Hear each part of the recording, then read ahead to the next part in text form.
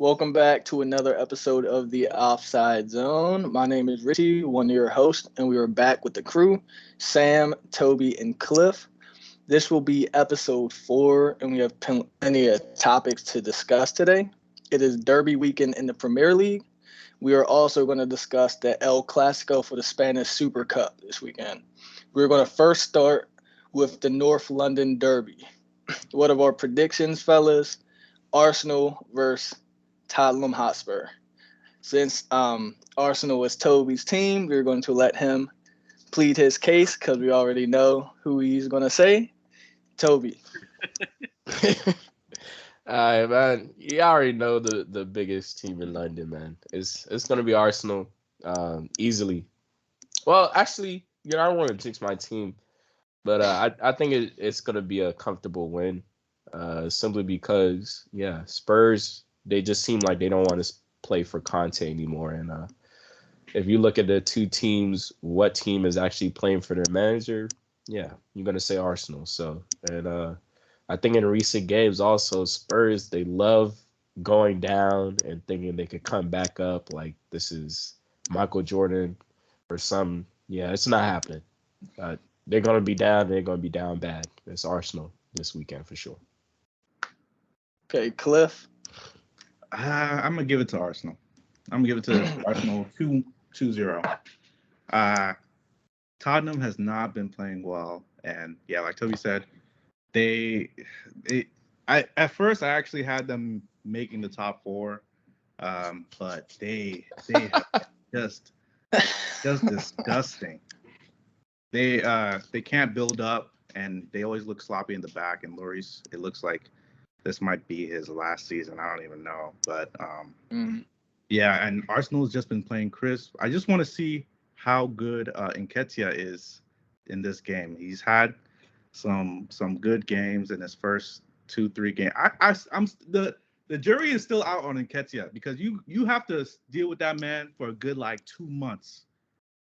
And so I think the title race is gonna depend on whether he can hold y'all up. To be honest, yeah. But I won't put it past Spurs to turn up for this one because they always turn up during the London Derby, North London Derby. So we'll see. But yeah, I have Arsenal 2-0. All right, Sam. Yeah, I'm just gonna echo what everybody else said. I think Spurs have not been playing well lately, and then Arsenal have been the best team throughout the Premier League season so far. So I think it's gonna be a pretty comfortable win for Arsenal. Yeah, I'm gonna have to go with Arsenal as well. Arsenal they're kind of playing out of their mind right now, honestly. And honestly, I don't see, Spurs kind of holding up. I don't see them really coming out and challenging them, even though it's a derby. Also, I don't know what it is about Loris right now. I don't know if it's still like the drag from the the World Cup, but you seen his blunder, kind of the other day. I don't understand. Like, I don't know, like his psyche, and I also know he retired from the French national team. So he's probably going through a range of emotions with that as well. And I just don't, he's just not the same goalkeeper that he was. So, you also got to take in account that fact. So I'm going to also go with Arsenal as well for the win. Yeah. So also, Spurs just are known for being losers. They don't win anything. You gotta start with this. That's true. They have zero medals, like nothing. They're losers, bro. That's a loser squad. I don't even like Harry Kane is there, and Human Son is there, but even Son is starting to see how it feels to play for Spurs. Even Conte, the Conte's full winner, tired. That team. he is tired of that team. He's gonna, if he doesn't get fired. Well, I don't think he's gonna get fired, but he's not gonna come back. He's not gonna sign again with Spurs. As soon as that's it. As soon as Atletico Madrid come calling or a different team come calling, Conte's gonna leave because he knows Spurs is a failing project. And I'm not doing that to knock on them or anything like that because I'm an Arsenal fan, but they are literally serial losers. They lose everywhere they go. They don't win anything. Right. Like Jose Mourinho said, it's football heritage. That's the mentality. Yeah. The special one couldn't change anything, bro. They're just bred to lose. Eric Dyer's their starter. Like they're losers. I'm sorry. So it looks like it's all unanimous for Arsenal for this derby. So that'll move us along. Let's take a trip down to Manchester, the Manchester Derby. Who do you guys have winning, Manchester City or Manchester United? I'm gonna let Sam start with this one. I actually think this is going to be a close game. Actually, Manchester United has been playing probably the best football along with Arsenal over the past maybe like 4 or 5 games. Rashford has scored in 6 straight games. He's leading them. I actually think that game might end up in a draw. I think it might end up in a draw. We saw Man City; they drew at the weekend.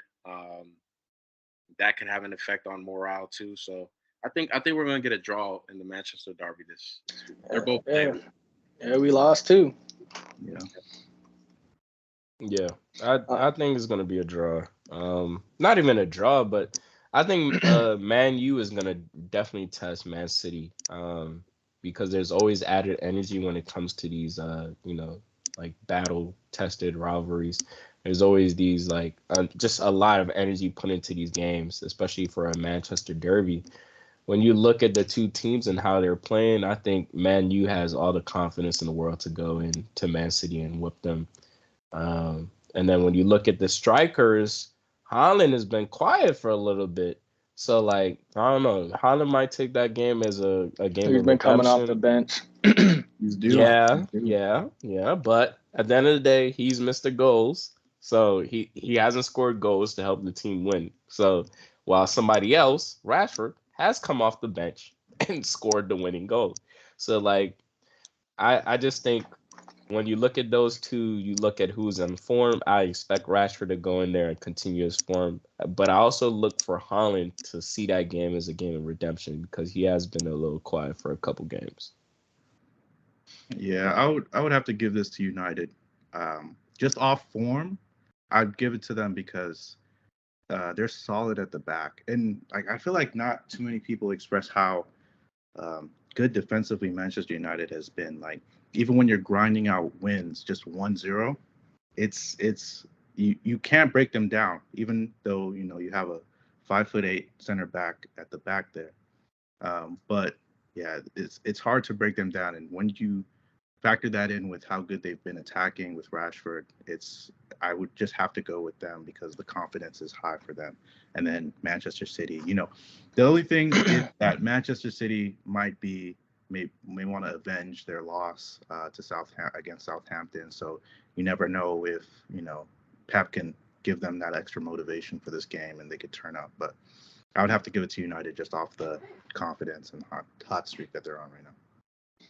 Yeah, I feel like it's going to be a good game, for sure. I'm always support my team. Like I know we are coming off a draw and also a loss to Southampton, which we were playing a completely different roster because we're trying to let our players rest.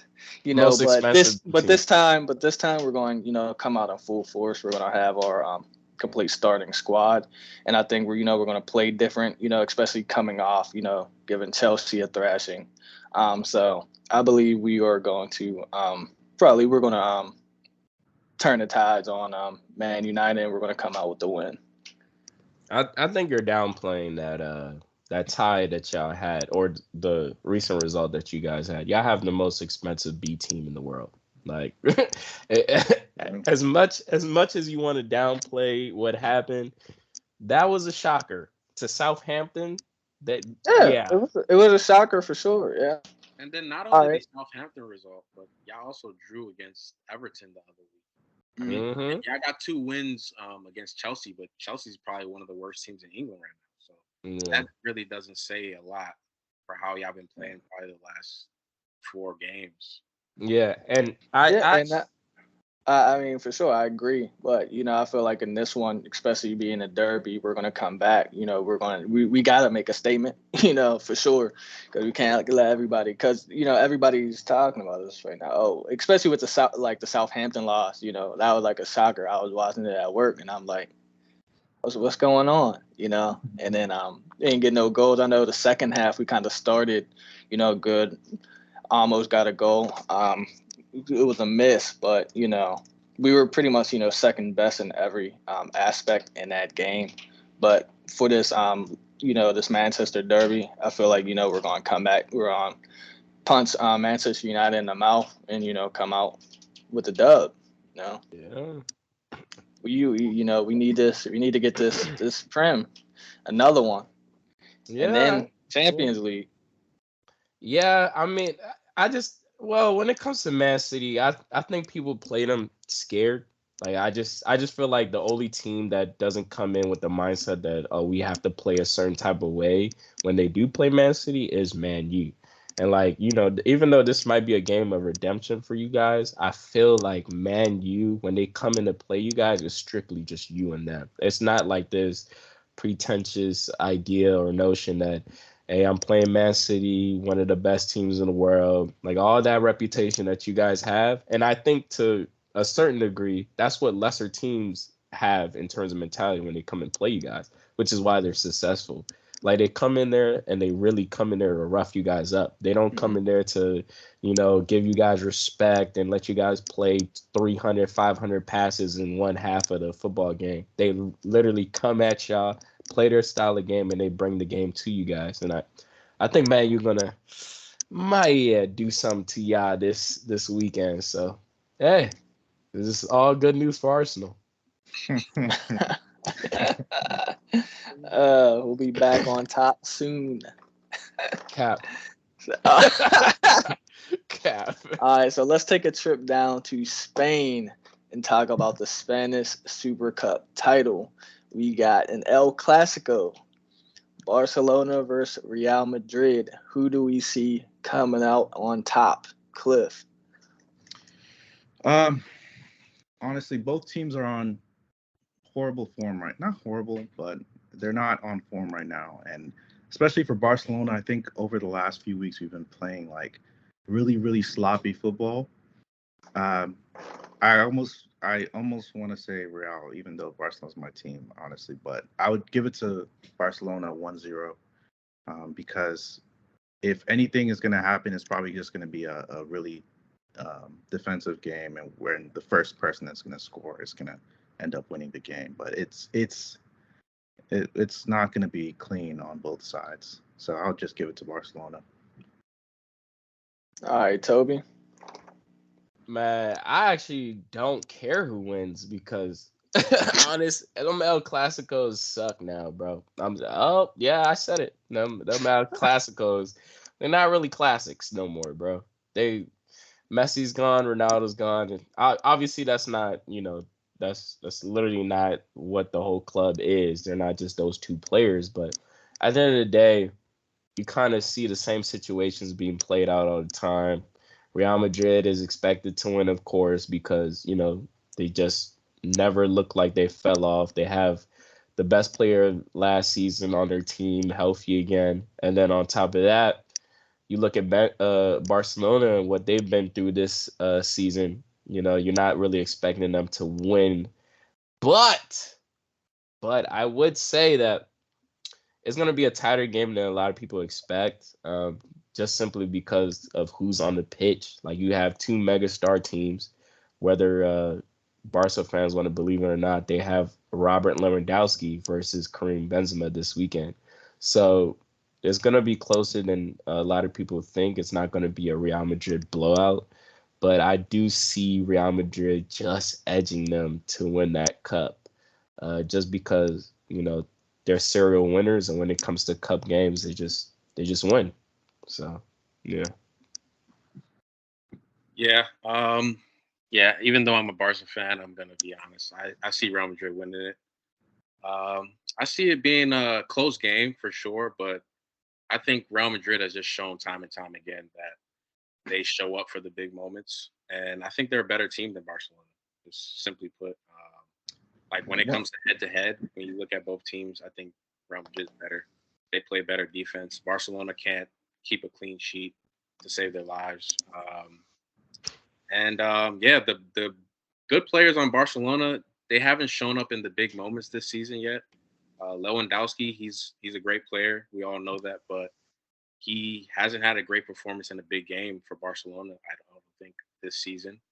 The last Classico, he was non-existent, and we lost that one as well. The best players like Pedri, Dembele, they haven't had great performances in the biggest games for Barcelona. I go back to the Bayern game we played in the Champions League, Inter game we played in the Champions League, the first El Clasico. I didn't see anything from Lewandowski, Dembele, Pedri. They're great players, but at this stage, you have to show that you can be a great player in the big games, in the big moments, in the critical moments. And that's what Barcelona's been missing ever since they lost Messi. We just don't have that player that steps up in the biggest moments, regardless of their history, regardless of their football credibility. We just haven't had a player that can step up and really just say, give me the ball and I'm going to change something. I'm going to do something on the pitch. And if somebody can do that this weekend, I'll be very surprised. But I think Real Madrid is going to win this. Yeah, for sure. Hey, Cliff, do you have something to say along with that? No, I was going to say that every time Barcelona play and we just don't deserve it, we I don't know. I feel like sometimes maybe this is just speaking as a Real Madrid hater, but I feel like sometimes they win games that they don't particularly deserve to win. Sometimes like they just kind of like squeak past and something happens and they end up winning. But that never happens with Barcelona. Like anytime we play horrible or we're in a horrible form going into a El Clasico game, there's just that feeling, and that's kind of like what I'm feeling now. It's just that it's like that feeling that we're just not going to win this game because that's that winner's mentality that Real Madrid have, that Barcelona. Yeah, it's part of it, but you know, even when Real Madrid had the best team and we're going to like we're playing El Clasico and we were on good form and like we're actually playing well and I feel like we were better than Real Madrid. Sometimes like we would actually win against Real Madrid, and it's not always about like them having the winner's mentality. It's just that most of the time when we don't deserve to win, we just don't. It's interesting. So let's shift topics to the transfer window. Which transfers do you guys want to see before this window closes? I'm going to let Toby start with this one. Transfer I want to see most happen. Well, I would like for it to kind of stay the same. I mean, obviously, I would want another striker at Arsenal, but apart from that, I think a lot of chatter has been with Mudryk coming to the club. But I don't know. I don't want to break up the harmony that, you know, Martinelli and Saka's wingers have. And then when you think about the fact that Emmitt Smith-Rowe is coming back, just trying to figure out where he's going to play in the starting lineup, if he's going to play, because we have Odegaard in that number 10 hold as well. Like, would a signing in January really make sense, especially when you think about Gabriel Jesus coming back as well? And then you think about people like Balogun, who's at, I think, Reims, just straight cooking League One right now. He coming back as a third option as striker after the summer is over. I don't know. I don't want to buy players and then end up being in a position where we have to loan out, you know, people that we're looking to expect to play next season, or we have to make rash decisions at the end of the day. But yeah, if I had to pick a transfer, I definitely would want to see at least a Mudryk at Arsenal for sure. Okay. Cliff, what about you? What I would like to see is Barcelona sign an actual right back. But if there's really no market, like no good right back right now, probably I guess Pavard. But keeping it in the Premier League, I would like to see Newcastle sign James Maddison. I feel like that is the perfect fit for both teams. Maddison is in the point of his career where he can't really get to that big team. He can't get to like a like a Arsenal, Yeah. City. You can't get to an Arsenal, City, Manchester United, and like start consistently. But if he's in a team that's coming up, like Newcastle, I feel like it's just a perfect. And it's also good for Newcastle because they're in that spot where they have to kind of elevate their squad to stay in the top four and be competitive. And if they make it to the Champions League, be competitive there as well. But also, it's not that big of a leap from what they have now. So it makes sense for both sides. And he's also out of contract next summer. So I feel like that's just like the perfect signing, whether they make it now or this summer. I think that would be just the perfect signing for Newcastle. Yeah, a signing I would like to see is actually there's talk of Barcelona possibly getting Aubameyang back on a free transfer. That would be good. He did well for Barcelona in the I think year that he was there. He played well, and him as a second striker behind Lewandowski, I feel like would definitely help us in the long season that we're going to have. We're competing in 3 tournaments this season, so we definitely need the depth in the squad. It would definitely help. But to the point that Cliff just brought up, James Madison, you think that would throw off Newcastle's good form, or you think that would help? I honestly do not want to see Longstaff start another game. The amount of misses that I've seen him, like an open net miss for Longstaff, is just not it.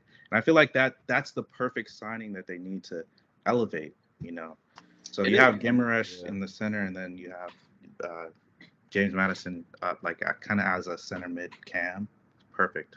Yeah, and to that point, I actually think that's the fear of like a Newcastle. They don't want to get into a situation where they're just making transfers out the random like it's FIFA or something. So I actually think James Madison would be a perfect fit for them. I think him and Tielemans should just say goodbye to Leicester City and slide to Newcastle, if I'm being honest with you.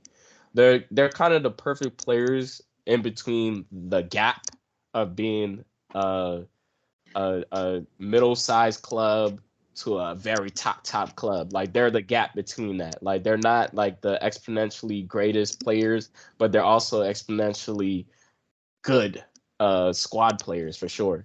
So better like than what Leicester have, yeah. Exactly. So when you think about it, like a James Madison at that team would, oh man, that would be nasty. Yeah, the only person I would kind of take an L off of that would probably be Joe Linton and probably the likes of Amaran, because they wouldn't have the ball as much. And that's what I'm saying. Do y'all think that would throw off the rhythm of Newcastle? Because player in the system that's working can always have a negative effect too. James Madison's a great player though. But if they want to get to the next level, they're not gonna get there with Joe Linton, bro. Yeah, that's the sad truth about these up and coming teams. Like you have to level up from what you have now, and I don't see Almar. I'll leave it out. Okay, but Joe Linton, I don't think he's gonna be a Champions League. Amaran, Saint Maxima, Bruno Guimaraes, okay. Yeah. But Shearer, Longstaff, come on. Like we're talking about potentially billion dollar club here that's willing to spend 200, 300 million every transfer window that they can get. So like they're fighting for their lives right now. That's what we're seeing them produce. Like those players are fighting above their pay weight. So like when you think about it, once the Isaacs and the bigger players start to come in, like they're buying young right now, so it doesn't appear like they're really trying to get the people from before out of there. But at some point, they're gonna stop buying young, and then they're gonna start buying people at their prime with money. And once they do that, people like Longstaff ain't gonna sniff the pitch. They're not even gonna be the club. They're gonna be on loan at Sunderland or something. Not Sunderland. All right, so let's get into Haaland versus Mbappe. Who is the better player, and who will win the Ballon d'Or first? See, Toby's kind of excited about this one, so we're gonna let him answer this one first. I'm taking Mbappe all day. I'm taking Mbappe all day, man. I think the last recent games have shown like so clear that like one actually affects the game to the. Clear? I don't like that to, word. Clear. It's true. Clear. It's clear, bro. I'm sorry, it's clear. I don't know why it's not clear for a lot of people, but it's clear. I get why it's not clear for a lot of people. We like to make these rivalries and such. They don't play the same position, but at the end of the day, we're looking at an overall player and what they bring to the game. Mbappe does more on the field. Come on now. Mbappe is a better dribbler. He's a better passer. He's a better technical player. So when you think about that and the fact that he's also a speedster, he can also finish as well. Yeah, the finishing might not be as good as Haaland, not even anywhere close to as good as Haaland.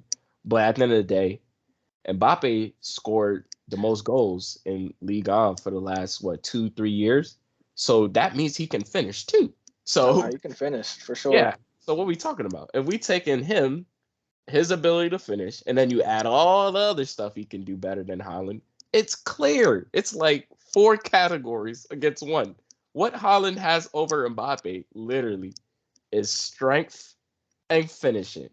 That's it. Everything else, Mbappe does better. So what is there to talk about? It's Mbappe. Ballon d'Or. Before Haaland, I think he has a more viable reason to win it before Haaland for sure. Haaland will never win a World Cup. He'll never even get to one. That's exactly what I was gonna say.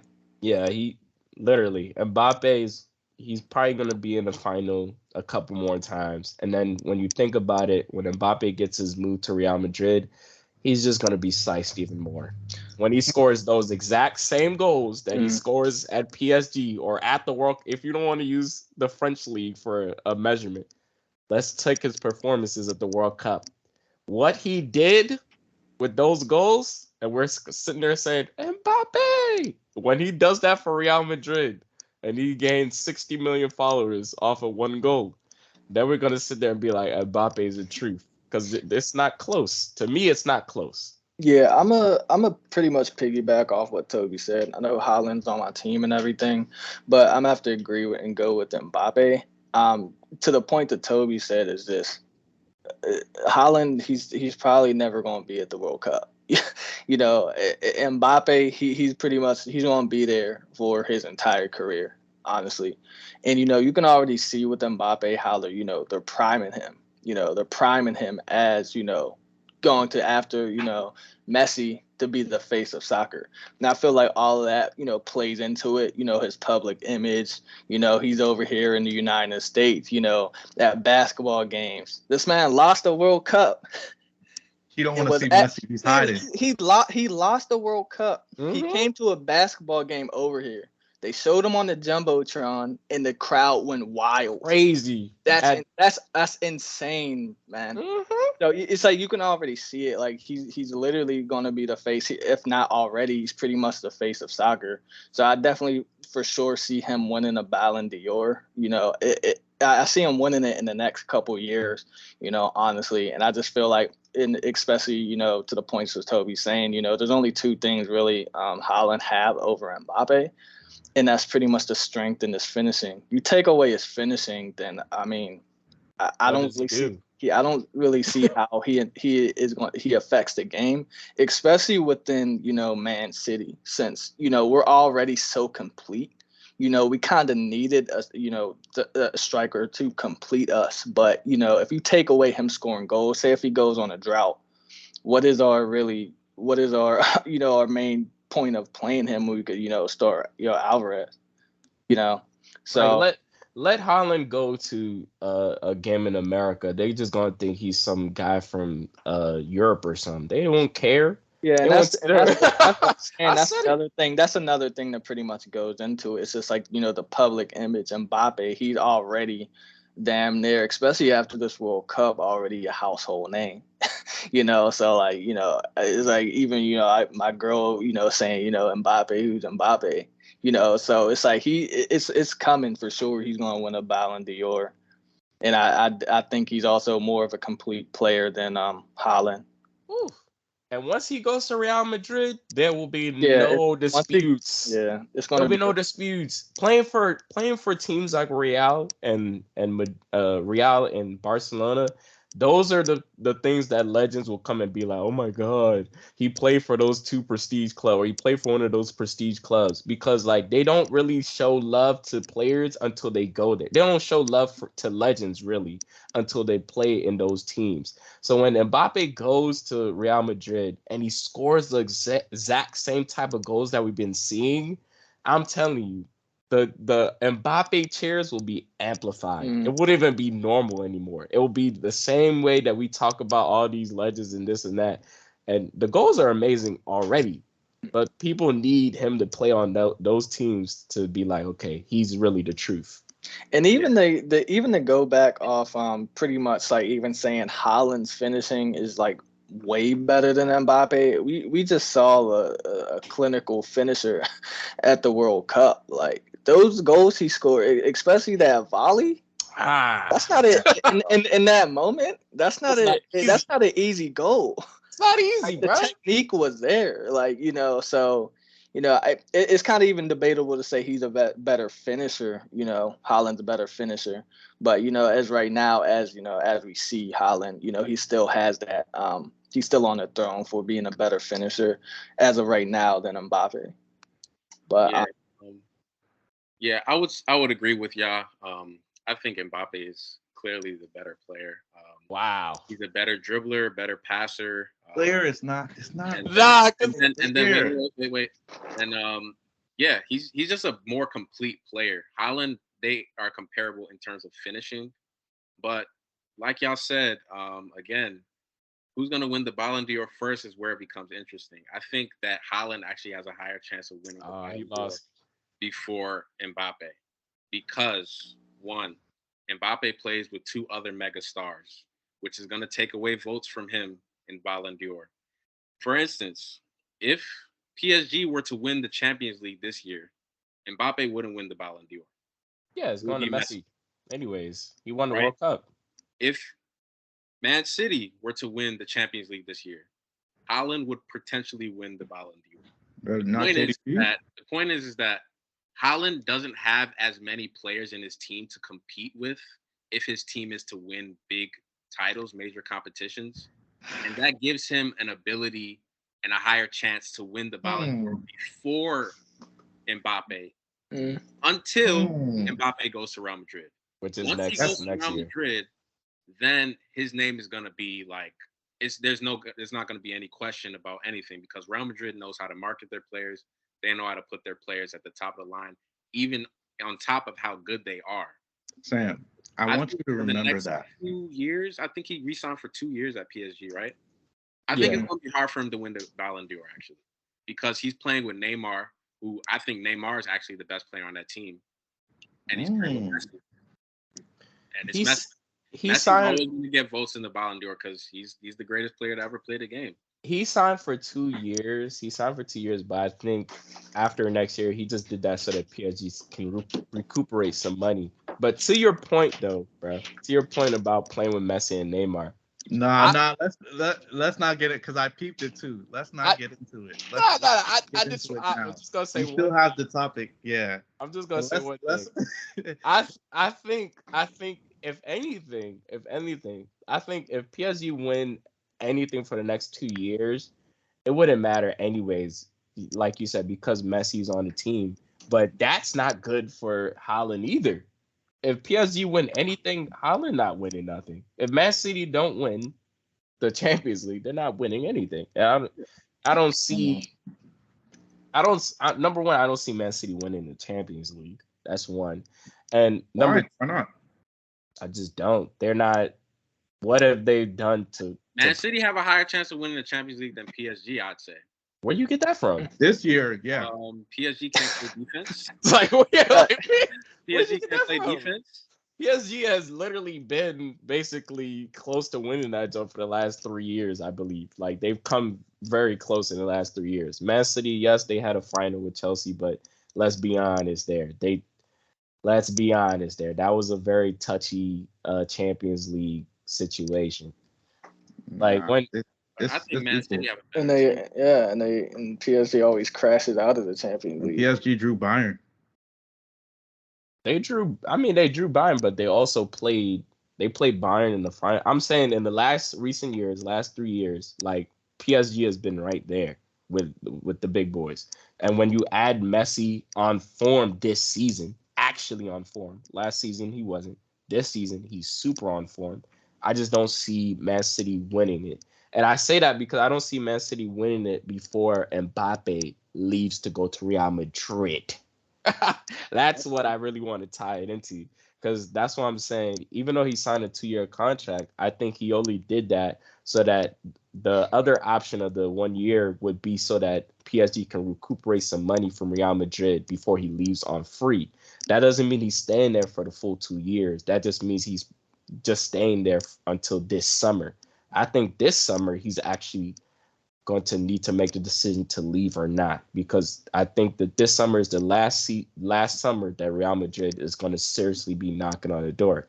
Otherwise, next season he's definitely going for free, and he's not staying after next season.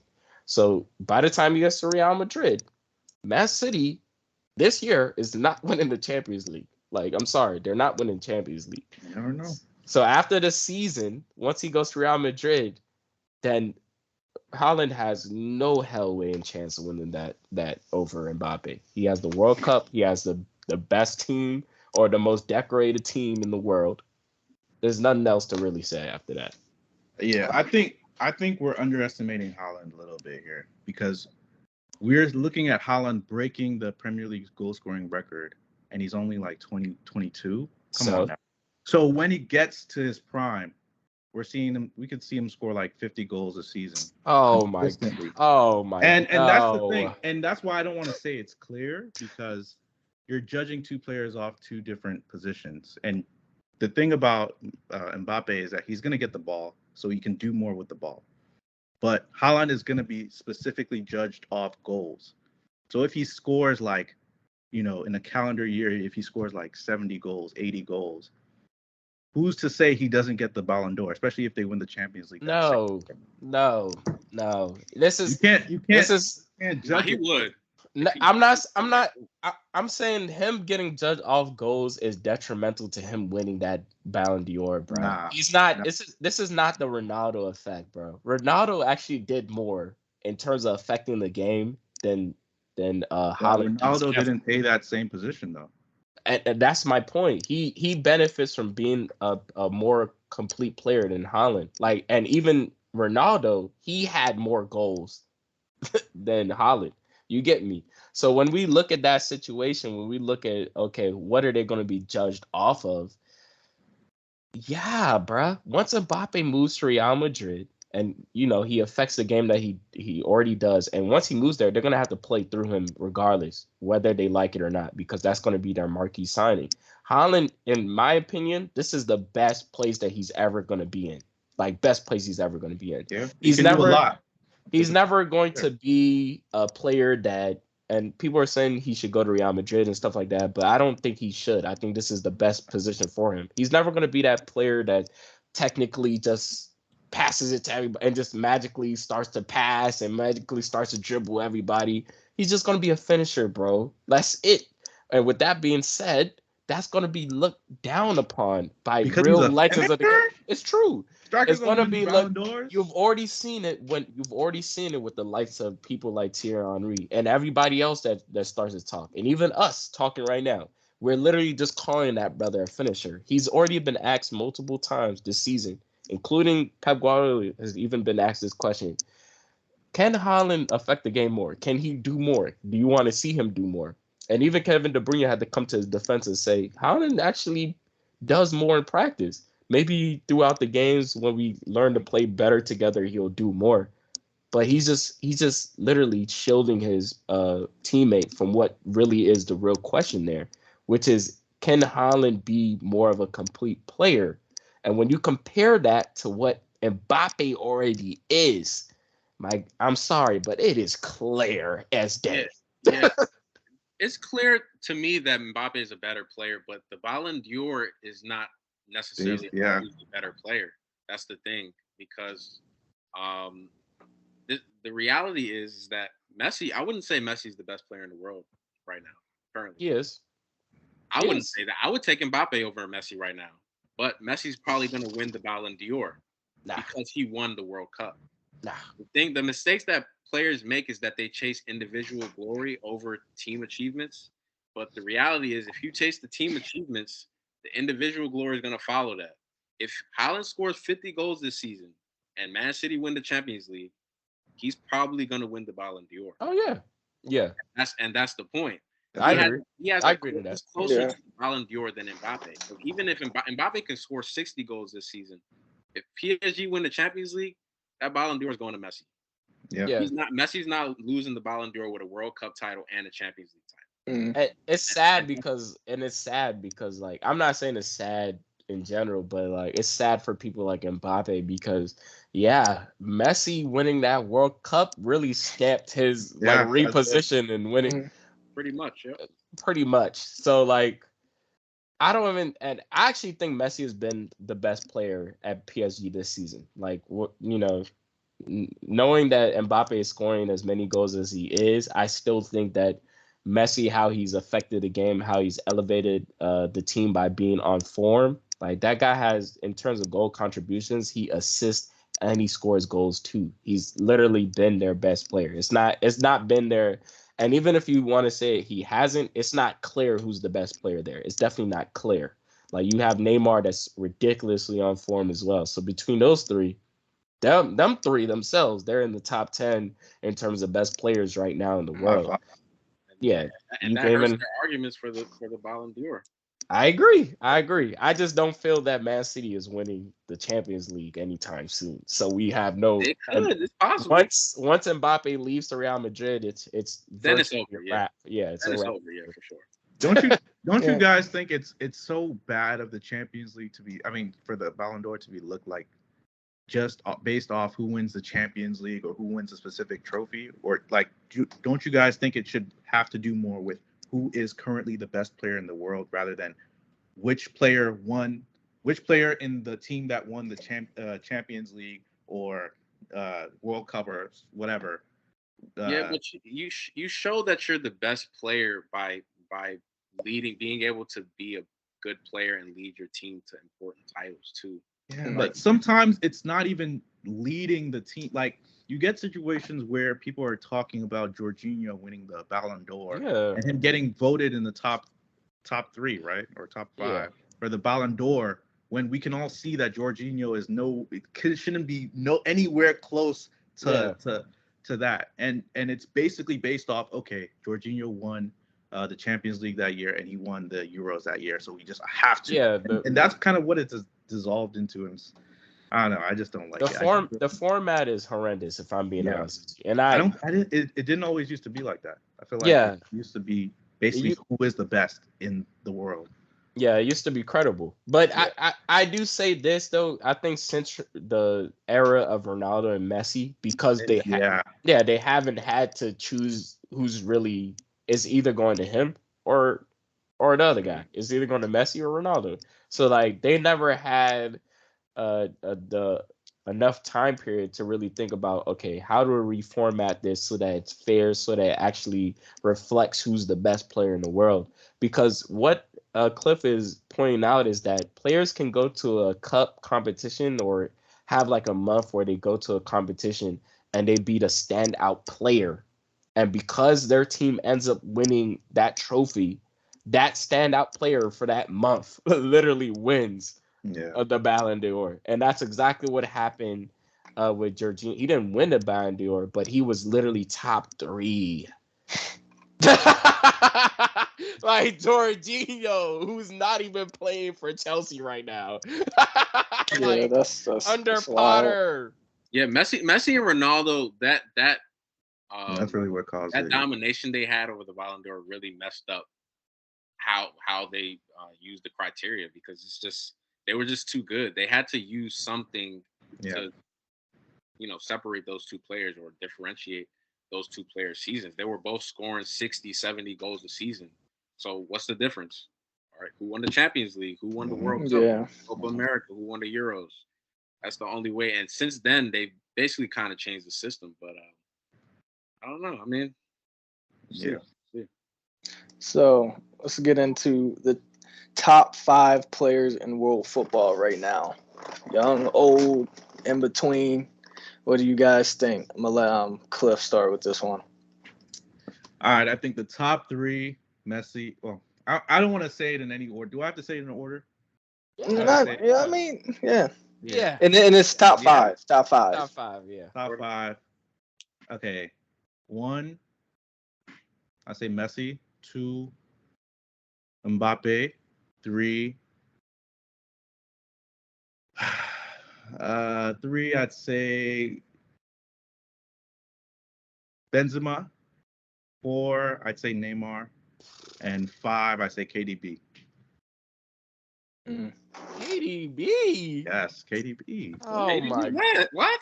KDB, top 5 players in the world. Why are we downing KDB? What? Oh man, I know that's crazy, fam. Who do you have? Okay, let me listen to yours. Top 5 right now at the moment. Okay, I'm gonna go with Messi.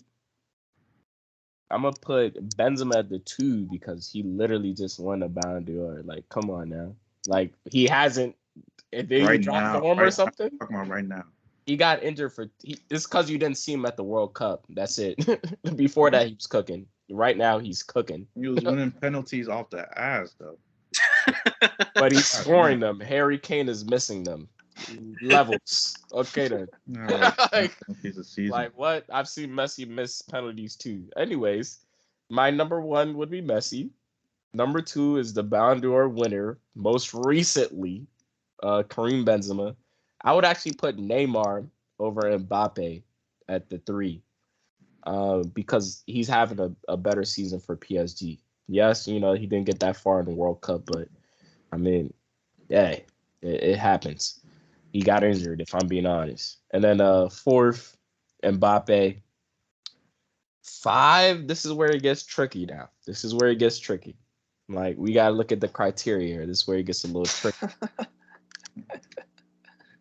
I just wouldn't say KDB at all. I wouldn't say KDB. I'm sorry. I wouldn't say KDB. Why? I wouldn't say KDB because he just got hot again. Like, his performance at the World Cup was garbage.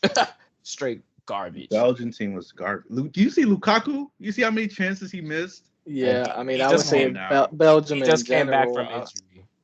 He literally just came back. He came back from injury he was injured for like 3 months. I'm not even giving that as an excuse, but like compared to KDB was playing.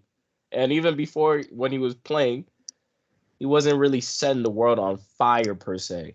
So I wouldn't say KDB. I'm trying to think of somebody else.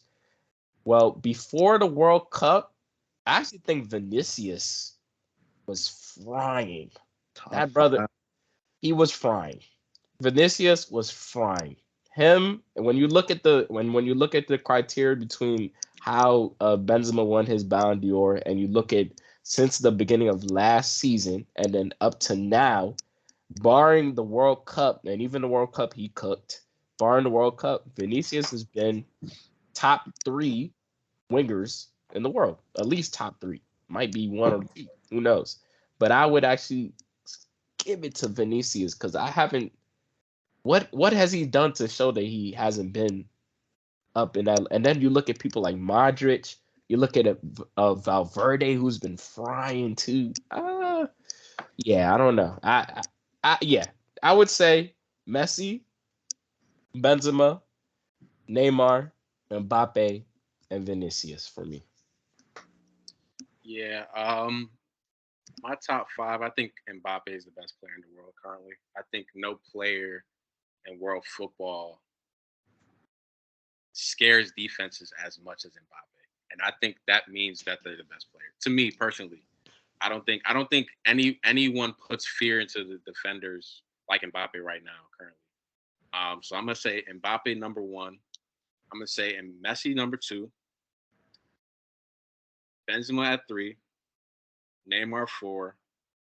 And the 5th one is close between Haaland and KDB. I'm just gonna say KDB because I don't think Haaland impacts the game as much as a KDB does. I think he scores his goals, but as a player overall, he doesn't impact that KDB does. I could have slid Haaland in there. It probably would have been the best. Yeah, I could have slid Haaland in there. So I'm going to say number 1, Lionel Messi. 2, Kylian Mbappe. 3, Karim Benzema. 4, probably, gotta give it to Neymar. And 5, I'm going to go with Kevin De Bruyne. It is, like you guys said, Haaland, KDB, but, I got to give it to KDB. He's been dominant for a while and, still is, Best player in the Prem. Dominant for a while. What does that mean? Like, that's what I'm saying. What does that mean? Dominated last season. Bro, he's dominant. I mean, why do you need more explanation to that? He's been dominant. Like, I mean, dominant. Like, that's what I'm saying. What's the criteria here? He's been consistent. He's been consistently carrying Manchester City as far as his passing, as far as his assist. Bro, he's a producer. He was the best player in the Premier League last year. What do you mean? He's a producer. I don't like. It's clear as day. And then not only his position, but he was like kind of played as a false 9 last year, and he was. Hey, he can score. He can bang them in too. When he's not assisting, when he needs to. I mean, I don't know what's the debate here. I love KDB, bruh, but I'm just trying to understand why we're saying that he's carrying Man City. He's not carrying them. Okay, he's not. Yeah, that's carrying them, but he is pretty much the best player on our team, bro. He's been consistently producing since he's got there. He's the best player. He's the best player on the team. But the question was, who's the best player currently? And when I assess his performances at the World Cup and his performances this year before the recent weeks that we've seen and his connection with Haaland, and I compare it to people who's been cooking, like even to Haaland, I'm like. But you said you could slide Haaland in 5. He wasn't even at the World Cup. I could slide Haaland because I also said barring World Cup as well. But KDB was at the World Cup, so I have to count that. Like I have to count. I can't go on a player for not being at the World Cup. Like that's completely different. But KDB was there with his Belgian teammates, with other star players on the team, and he did absolutely nothing. We thought it was a ghost there. So, like, when you compare that to, and even people like Haaland, what has Haaland done wrong to not be in the top 5? And what has Vinicius done wrong to not be in the top 5? He cooked Man City. It's not about what they're doing wrong. It's just the players ahead of them are just better.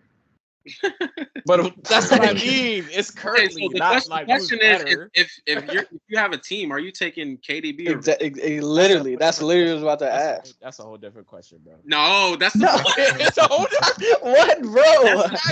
If you have a choice between KDB and Vinicius or Haaland, throw in Haaland too. Who are you taking? I'm That's taking a whole KDB. different question. What does that mean? Who the better player is, bro? What do you mean? The question was who's the better player currently, right? And I'm saying, what has Vinicius done wrong to not be in that top 5? He has not done anything. Vinicius has been playing great for the last 6-7 months. For the last year, he's probably been the best outside of the wingers that we already have on the list. He's probably the best winger there. At Real Madrid? No, outside of the wingers that we have he's the best winger at Real Madrid. Like, yeah. But outside of the wingers that we have on the list right now, which are Neymar, Mbappe, Messi, they all play wing at some point. Like, he's the best winger in the world. Yeah. Right now. So that's what I'm saying. That's what I'm Is he saying. a It's better player than KDB. See, that's a different question. How Because is we he said better? currently. We said currently. And currently, I haven't seen Vinicius do anything wrong. Even at the World Cup, he did nothing wrong. He was cooking at the World Cup. And then he There you cooked go. Man City. He's been cooking all year with Kareem Benzema. So, like, if I'm looking at that, I'm like, of course you're gonna give it to KDB because he's older. His image is better, whatever the case may be. We're still looking at Vinicius as a young guy, whatever. Of course, he's not gonna get that that representation that's really deserved here. But because KDB at the end of the day, he plays for Man City, and we've been loving this guy for like 5 years. But what I've seen at the World Cup, this season has actually shown me that KDB is aging. He's actually old now. Like that's what I'm seeing. And Wow. yeah, He had a bad yes. World Cup. That doesn't Just mean based off No, the 5 games they played at the World Cup, yeah. They played not three. just off the 5 games, Three. based off the 3 games they played at not the just World off Cup. the games at the World Cup. I'm basing it off of everything that I'm seeing. I'm seeing a player that's rested more. It's true. I'm seeing a player that's They rested. have depth. They have a lot of good players on the team. They can. Come on, dude. KDB Come still has on. the most assists on Man City. Yes, because he's rested. Like that's what I'm saying. Like Nah. he is resting more. He's rested more this season for sure. I'm seeing a player that's his legs are catching up to him. I'm not saying that he's not still Rested just as much as everybody else on the team that is rested, bro. Like, what not do you mean? not like not like what it was before. He's actually rested more this season for sure. Why And do you then think? Why do you think that is? You think because he's I've seen him. old, I've or seen do him you think because he is valuable to the team in big games? both, A both. valuable asset. Both. I'm not both. I'm not knocking his performances necessarily. I'm just saying this season has proved to me that yeah, he needs that rest so that he could perform to that level. Because when I've seen him have to play games back to back to back, he's put out performances like the ones I've seen at the World Cup. And that's the point that I'm bringing.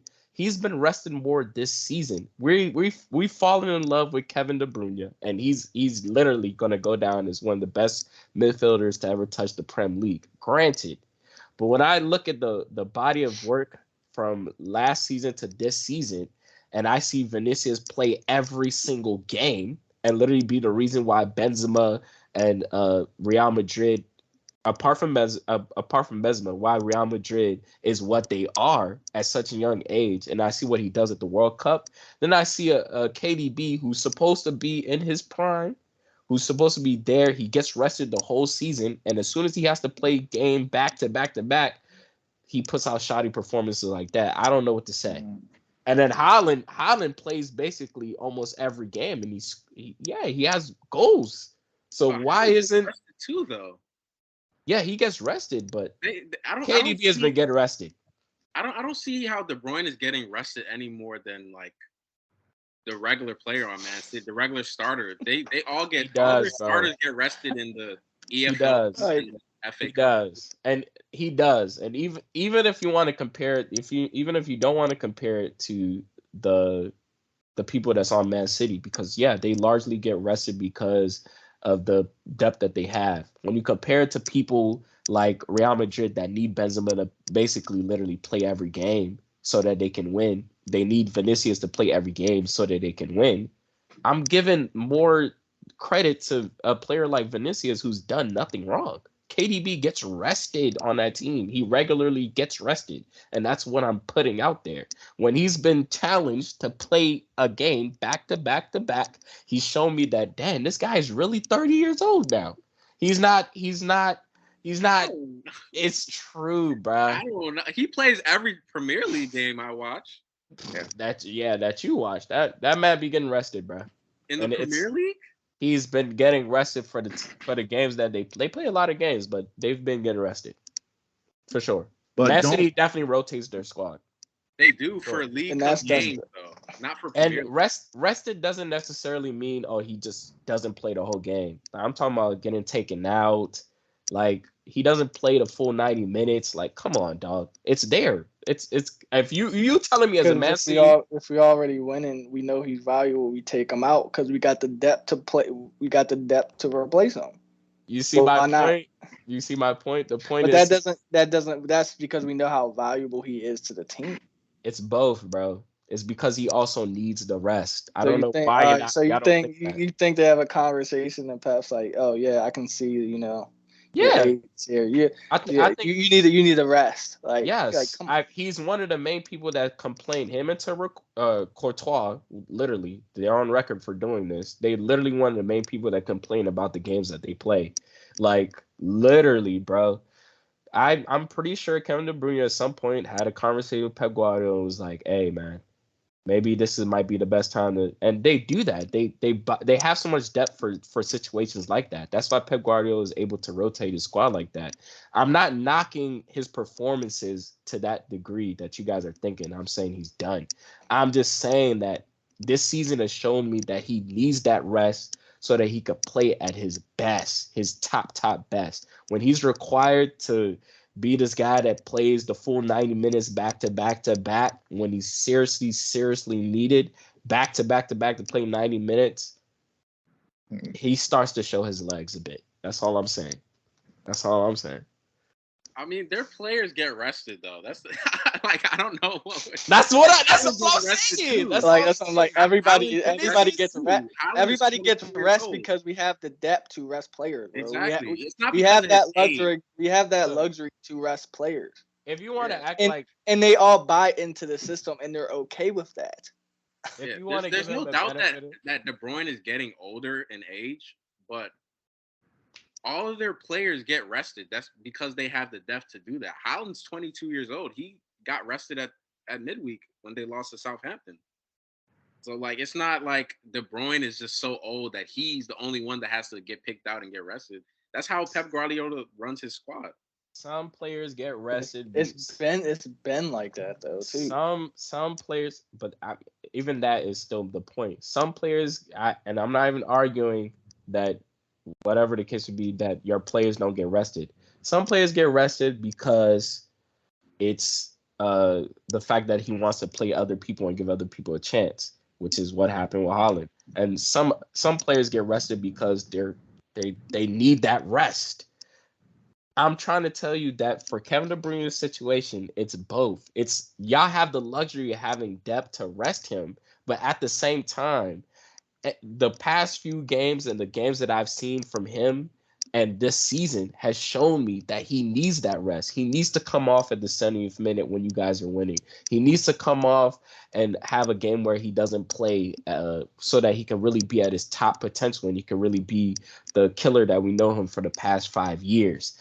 And all the performance that we've seen this season from Vinicius has come and Benzema have come off of playing games, full games, 90-minute games, back to back to back to back to back.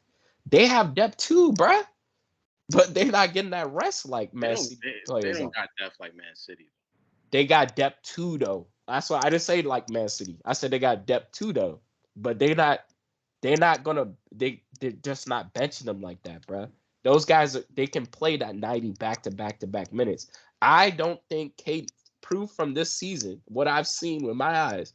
Him getting subbed off the 70th minute consistently, him taking a break games and getting rested in between games and stuff like that. It's showing me that he needs that rest. Like we're not gonna knock the fact that he's 30 and that he's not as energetic as he's been for the last 4 or 5 years. That's all I'm saying, bro. If you're gonna knock KDB for taking rests off games, then you have to also knock like Messi for walking during half the game too. Like that, it's like the same thing. Like you're saying that the player is only good because he has like he's not doing like participating in the whole game. It's I don't Yeah, I don't like that. I agree with that, but Messi is outright better than Vinicius. Like that's So just outright. KDB is just not outright better than Vinicius, and that's what you're truly trying to say by putting Vinicius ahead of like you don't have to. No, I'm not. This, like, See, that's stuff. what you're not gonna do. I'm not saying. I'm saying. No, but if you're saying he's not outright You gonna better, let then me you can put finish? him in the top five. You gonna let me finish? You gonna let me finish? Messi is outright better than Vinicius this season for sure. That's the point. And this season, we're talking about currently, right? We're not talking about the overall player. We're not talking about who's the best that's ever played, whatever the case may be. If we're talking about who's the best that's ever played, Messi's outright better than KDB. We're talking about currently. Cool, right? Right? Mm-hmm. Okay. And I think in this situation, when I look at what Vinicius has done and the consistency and how many games that he's played, and he's done nothing but be one of the best wingers outside of the 3 that we have on the list. Yeah, it's arguable, bruh. That's all I'm saying. Okay, so we're back to square one. Who are you taking between KDB and Vinicius? It depends, bro. What type of team I'm trying to make? Oh. So it seems like everybody's top 4 is pretty consistent. When it gets to the 5th person, that's kind of debatable. It seems like. Let's leave it to top 4. So let's put a microscope on one of everybody's top 5, and that is Neymar Jr. And the question is, did Neymar ruin his career by leaving Barcelona for PSG? And I will let Sam start with this question. I'm just gonna start off by saying yes, he did. He did. There's no doubt that Neymar is a great player. He's talented. He's gifted. He's gonna go down as a legend regardless. But his career, there's no doubt that his career took a downward spiral since he's left Barcelona to go to PSG. And I mentioned it earlier when we were talking about Ballon d'Ors. He made the mistake that many young players make. He tried to chase individual glory before he chased the team success. And it bit him in the foot, because in chasing that individual glory, he's gotten farther away from winning the Ballon d'Or. At Barcelona, he actually has finished in the top 3 of the Ballon d'Or race. That was the closest he's ever been since he's come to Europe as a player. At PSG, he's not even been in the top 5 of the Ballon d'Or podium. So that and a player at the caliber and the level of Neymar, who's as talented and gifted as he is, having 1 Champions League title and 0 Ballon d'Ors at the age of 30, 31, I think he is. Yeah, that's a failure of a career. I'm not saying he's not a great player, but that his career is not at the level that it should have been at. He definitely should have higher accolades, more important titles than he does currently at this stage in his career. And I think that if he stayed at Barcelona, he would be closer to that, and he would have actualized his what people had as the vision of what Neymar should be. He would be closer to that if he has stayed at Barcelona, because when you're playing with better players, you play better. Playing with Neymar, you're playing with Messi, you're playing with Suarez, you have higher chances to win because you're playing with better players. And I think he just didn't embrace the fact that he was going to be a sidekick or not the main man at Barcelona. And he wanted to chase his glory and be the individual star. And it backfired. He hasn't lived up to what people thought he would be when he originally came to Europe and when he left Barcelona as well. People thought he was going to take over from Messi and Ronaldo. Yeah. People thought he was going to be the next guy. Yeah, And now you look at it, he's even farther from winning the Ballon d'Or than Mbappe and Messi. So it's kind of sad, but like I said, he's still a great player. I actually really like Neymar. That's why it's kind of unfortunate to see the move that he made and how it's kind of ended up for his career aspiration. Bro. That's cap. That's super cap. You ever heard of the saying? J. Cole said this. You know, it's too good that you went the wrong way. Yeah. When you go far, you think you went the right way. That news is you went the wrong way. But you went the wrong way, bruh. Right? And that's what I'm saying, fam. That's what I'm saying. When you compare his 3rd place finish for the Ballon d'Or, bruh, he might have been close. He might have thought he went far. But the truth is, at the end of the day, that was always going to be a dead end. It was always going to be a wrong way. Because guess who's at the end of the road? Messi. You literally sat here on the same podcast, bruh. You sat here on the same podcast and said that's the same dilemma for Mbappe right now. That he plays next to two of the most fantastic players in the world. At the end of the day, if Messi does something amazing with the team, guess who's going to win the Ballon d'Or? Messi. So that's the same dilemma that Neymar was having, bruh. And what does Mbappe have to do now to win the Ballon d'Or?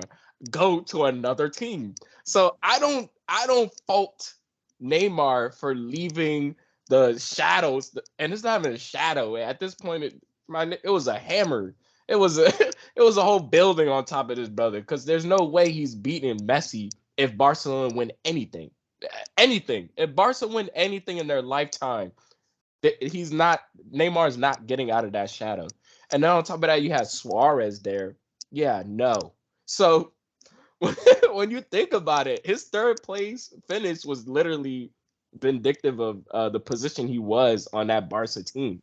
And you can make hypotheticals and be like, Messi would eventually leave and he would be at Barcelona right now. But come on, fam.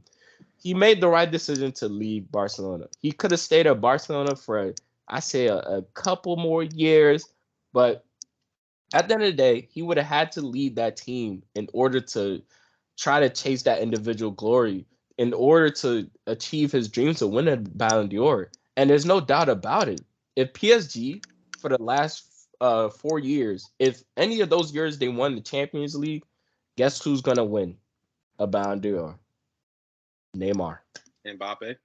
It would have been Neymar.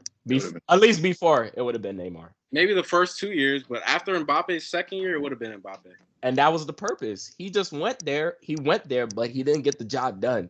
Like, you getting paid more, you get to chase your individual glory. He knew what he had at Barcelona. He not dumb. He knew what he had at Barcelona. He could have sat there, got his stats up, but at the end of the day, it's going to be Messi. It's going to be Messi. You're going to be shaking hands with the Ballon d'Or winner every single day. Like, he knew what he was into. When he went to PSG, he said, I'm making my own story, which he had to do. He had to do it, bro. He just making my own story and making my own story and filling up the money bags as well on the way to the bank. Yeah, on the way he's the one mainly responsible for ruining pretty much the market. Let's not forget the fact. He literally ruined that transfer. It's not his fault for sure, but he is the reason why the market has changed. So, for sure he wanted to craft his, get, from the shadow of Messi, but he also saw that, that price tag. He was like, I don't know, that's like, you probably wasn't going to say no to that either. Yeah, Barca would have paid him anything though. Barca would have paid anybody on that team that was a superstar anything they wanted. They were corrupt. So when you think about it, the truth is he went there so that he can win a Champions League by himself. Like, yes, he saw the money there, but I think for him, he really wanted to prove to other people that he wasn't just Messi's best friend on the team. Because I'm sure that he's seen that happen to a lot of Brazilian players on Barcelona. You cannot outlive the shadow of Lionel Messi on Barcelona. He's a phenomenon there. So when you think about it, for the next 10 years, and his reign has been Messi just left Barcelona like a year ago. So when you think about it, yeah, you're telling me Neymar, 3. Yeah, three. Yeah. How many years has it been? Probably like max 2 years. Okay. Like 2.5. So when you think about it, Neymar would have to wait till he's 30 to even think of, and who's to say if Neymar was there, Neymar would. If Neymar was still there, Messi would even leave. Come on, dude. But the reality is that I never said that Neymar was going to win the Ballon d'Or. I said that he was closer to winning the Ballon d'Or at Barca than he ever was at PSG, and that's he wasn't close. He wasn't closer. He wasn't closer. He was physically closer. Cool. Yes. Like he got the third place. Cool. That's numbers. Right. But in actuality, he wasn't close at all. In actuality, he was never gonna win it over Messi and Ronaldo, regardless of where he went. If he won at PSG, he would. No, that's not true. That's not true. You said what? What did if he won say? at PSG? If he won the Champions League at PSG, Neymar would win the Ballon d'Or, and that's true. That is going to. But he could have. He just didn't get it done. He wasn't going to. Why couldn't he? What do you mean he wasn't going to? He was in the final. He wasn't going. But did they win? Did he step up in the final? They lost. That's my question though. But did he 2-1. step up in the final? Bro, Because you can't this is the say thing, that, bro. Wait. This is the thing. People want to ignore the reality about Neymar. He's a great player, but he's not that main guy. He never has been the guy to step up in the biggest moments.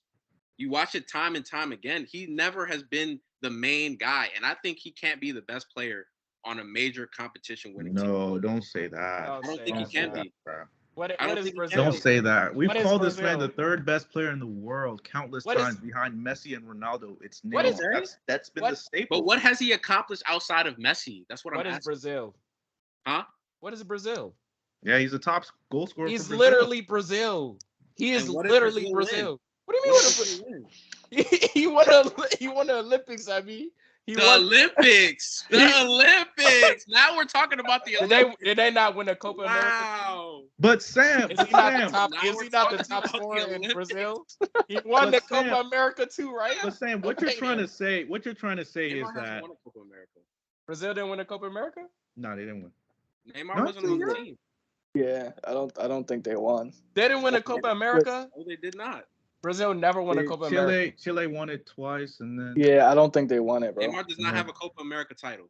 Oh, that's crazy. He has not won with Brazil. Regardless, which goes further into my point. He's still Brazil. He's still Brazil. I mean, but he's Sam, Brazil, but that's not silverware. But Sam, that's not silverware. What does that mean? What do you mean? He said we criticized Messi for years for not winning with Argentina. Oh no, you're not gonna do this. Stop. You're not gonna do this. No. Because look, you said is he the main guy? And for Brazil, he's the main guy. Whether the team won it or not, he's the main guy for Brazil. No. I'm not talking about just being the main guy in practice. I'm talking about being the main guy and actually performing on the biggest stage. He was their main guy. He's literally the reason why they perform ever. What has he won without Messi? What you mean? What has he won? What major competition has Neymar Jr. won without Messi? I mean, nothing. But that doesn't mean he hasn't been the main guy outside of Messi though. He's been the main guy for Brazil. Come on, that is facts. The main guy in what? In what title? In the team, bro. Like Mbappe has shown that he can be the main guy on a title-winning team. Okay. Messi has shown that. Because you added title. Neymar hasn't shown that. Because you added title, but he unfortunately for playing at Brazil, he's still the main guy. It's just that he's the main guy on a squad that hasn't won a title. That's it. And that's a reflection of the main guy. He's still the main guy though. That doesn't mean he's not the main guy. He can be the main guy. That's fine. That's great. But you haven't won anything without Messi.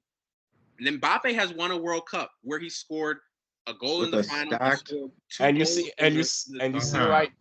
why you're saying that? You see how you're saying that? He hasn't been the main guy outside of Messi. That's why it made sense for him to leave.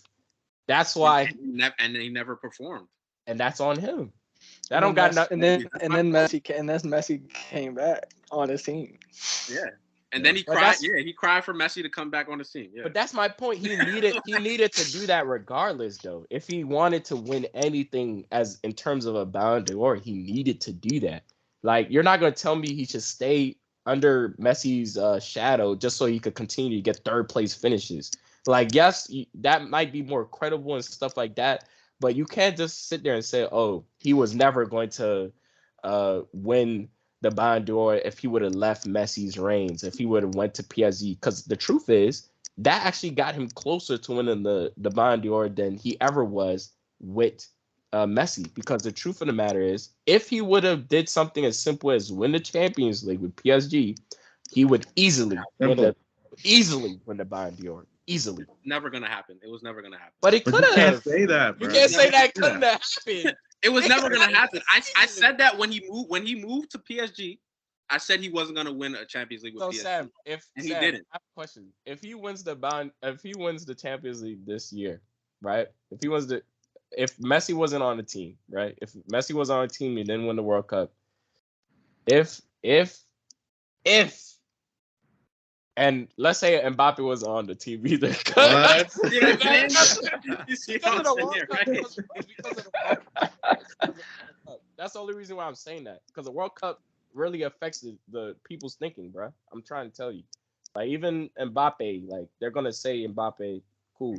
If Neymar and Mbappe, or let's just give it to the time where Messi wasn't on the squad before, and it was just Mbappe and Neymar, but not this year with the World Cup, right? So let's say the first 2 years that he got there, if he would have won the Champions League, would he have won the Ballon d'Or? Yes or no? There's a lot of hypotheticals there. Just it's yes or no, bro. There's a lot of hypotheticals. If it wasn't with Mbappe, if it wasn't when the World Cup year, if it wasn't this, it wasn't that. The point is that he didn't do it. Answer the question, bro. I knew he wouldn't do it because he's not the main guy. Answer the question, bro. I changed it. I didn't. He's not the main guy, man. He's not the main guy. When did Neymar leave Barcelona? 2016? 2016 or 2017. Okay, so you're telling me in 2017, right? You're telling me if Neymar would have won the Champions League with PSG in 2017, he wouldn't win the Ballon d'Or automatically. Did he win the Champions League? I'm asking you, yes or no? Would he? Did he win? I'm asking you too. We already answered that question. I'm asking you. You're using hypotheticals. I'm using what actually happened. He didn't do it. He had the opportunity and he didn't do it. But this whole conversation is hypotheticals because we're saying if he would have stayed at Barcelona, he would have won or gotten closer to winning the Ballon d'Or, and that's just not true. That's not a hypothetical, though. It is. It's a fact that he finished top 3 in the Ballon d'Or at Barcelona, and it is a fact that since he went to PSG, he's not finished in the top 5 of the Ballon d'Or podium. But that's a fact. But that's also not hypothetical. It's also a fact that if he won the Champions League, he would have automatically won the Ballon d'Or. Is that true or not? Yes or no? The main question here is: did he ruin his career? That's what I'm. You two have had the debate on Neymar, but Cliff never got to answer this question. Yeah, and I think it's so funny that we brought up this topic before of how the Champions League has been synonymous with the Ballon d'Or, right? And like every single time we talk about Neymar's career, we talk about, he didn't win anything. I mean, he won the French league, right? But we don't count that, right? Mm-hmm.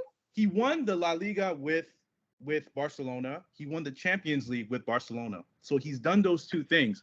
What is there left to do, right? Is he going to be happy winning more Champions Leagues with Barcelona and finishing second behind Messi?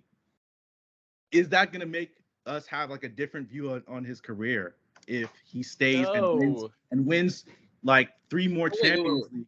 No, it wouldn't. Wait, no. If he stays in Barcelona and wins like 2 or 3 more Champions Leagues with Barcelona and Suarez and Neymar and Messi and Suarez, does that give us a different outlook on his career? No, it doesn't. No, it doesn't. It doesn't make us think any differently about him. You don't look at Neymar differently. The only thing that makes us think differently about him. You're looked at differently based on the competitions that you win as a player. Oh my God. But people look at Messi differently. He's already won those competitions. He's already won that. He's already done that. That's cap, bro. Yes, he won it. He's won it. But look, let me point to you, right? He's won it, right? He's won the Champions League once. But Messi has won it 4 times. It doesn't matter.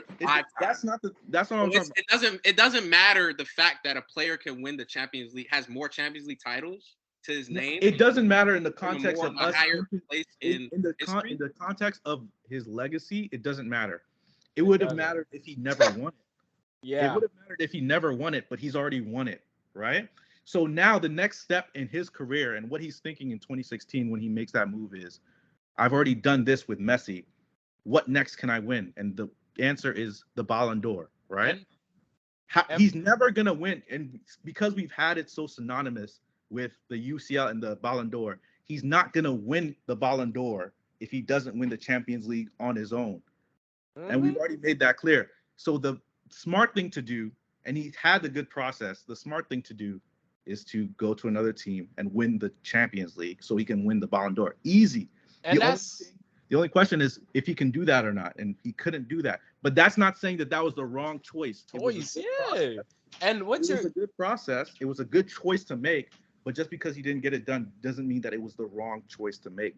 Exactly, and that's cap from you. That's cap from you, Sam. Because the crazy thing about it is that you started off this conversation and said Neymar, what we expected him to be was a Ballon d'Or winner. Yeah. We expected him to be one of the greatest, this and that, right? So if we're saying that we expect him to be a Ballon d'Or winner, he's already won the Champions League with Barcelona. He's already did the accolades with Barcelona that's needed to say, okay, he's done here. He's been there, right? How are we knocking him for going to another team to try and win the Ballon d'Or when in actuality that's what would have made you sit there and say, oh, he's one of the best in the world? That's the crazy part. If he would have sat there behind Messi for 10 more years playing second fiddle to Messi or Suarez or whoever was there, my guy, you would be sitting here saying he was second fiddle to Suarez for 10 years when we start talking about people who belong in those legendary conversations, right? That's the point. So when I look at that and say he probably would never have won the Ballon d'Or playing with Messi for 10 years, and then when I compare it to him still to this day having a chance to be able to win a Champions League and possibly win a Ballon d'Or, because it's not over yet, because if they win this, who knows, bro? Who knows, right? When I compare it to that, I'm going to say he made the better decision for his career, right? It might have not have been a fruitful choice for him because at the end of the day, he didn't win the Champions League, or he hasn't won it yet. But at the end of the day, for his personal career, it was better for him because I would look at Neymar and be like, dang, he won the Champions League and Ballon d'Or without Messi. This guy is him. Compared to him playing second fiddle, if he was behind playing schoolboy Q with Messi the whole damn 10 years, I would just be like, this is Batman and Robin. This guy's literally a sidekick. What is he here for? But that's my point, bro. At least he went somewhere else to chase his dreams, and obviously he can't go to Real Madrid. He can't he went to the next best option that literally promised they will build around him. He's gonna be the main guy. He went to a team where he knows that he's going to be in the Champions League every year. And then once he wins that joint, he can win the Ballon d'Or. Now, if he would have won the Ballon d'Or, this wouldn't even be a conversation. And that's my point. But he didn't. And that's my point. That's not. He didn't do that. The reality is that Neymar made a move that was not fruitful in the end. And for that, we can come back and say that it was the wrong move. Because regardless of what you say about the Ballon d'Ors and him playing second fiddle to Messi, I can equally argue that he would have more Champions League titles if he stayed at Barcelona. Don't mean that. If he had more Champions League titles, he would have a higher pedigree. Because if Messi had one Champions League title in his career, if Ronaldo had only one Champions League title in his career, we would look at them differently than we do now. That's a fact. If Messi never won the World Cup, we would look at him differently than we look at him now. I kind of agree with Toby and Cliff on this one because like we kind of mentioned it in the last pod. Pretty much like that's kind of the curse playing in a generation with Messi and Ronaldo. It's like they're always until at least Messi right now until he retires is going to be the best. And pretty much Neymar being on that team with Messi, per se till now, she would like whatever they win, it's going to Messi. Like regardless, it's no debate. Whatever they win, who's responsible? Who's the main one responsible for that? Oh, Messi's on the team. Ballon d'Or voting, it's gonna always be, it's gonna always be Messi. And the question for the Ballon d'Or, just simply because he's a generational freak of nature. Yeah. The reason we're bringing up the Ballon d'Or because that's the next step. That's really all he has to win. That's it, bro. If he wins more Champions Leagues, it doesn't make a difference. Who cares? It doesn't make a difference. It doesn't make a difference. If we take an account that we don't include the Ballon d'Or, what Sam is saying is correct as far as like his career. His career would probably be better just as far as like Champions League trophies and trophies with Barcelona. And But that's what I'm talking about. I'm not talking about necessarily only the Ballon d'Or. I'm saying his whole career as a total thing. His whole career. Yeah, would but have a better pedigree. That's but what we're the saying, alternative isn't so much better. Staying and winning Champions Leagues with Barcelona is not. It's not worth like not taking the risks to win the Champions League and Ballon d'Or in a single year. Like and a perfect I disagree. A perfect example is who we're gonna get into next. But Gareth Bale, right? He has what, 4 or is it 4 or 5? Five. Okay, 5, right? He has 5, right? At the end of the day, it's nice to say Gareth Bale has 5 Champions League, and we might argue that he's the best player in terms of England and stuff like that. But like when you're talking about the best player in terms of that team that won the 5 Champions League, he's always going to be behind Ronaldo. He's always going to be behind like a Modric or the other people that were there. At the end of the day, we're going to look at Bale the same, bruh. Whoa. Same. After the first Champions League, after the pedigree didn't grow. That's a perfect example right there, though. He's not at the level of Ronaldo, no doubt. Ronaldo's better than him. Ronaldo's gonna win the Ballon d'Ors. But guess what? We're talking about Bale being one of the best English players of all time because of why. And because Neymar's one of the 5 Champions League Neymar's titles. one of the best Brazilian players of all time already.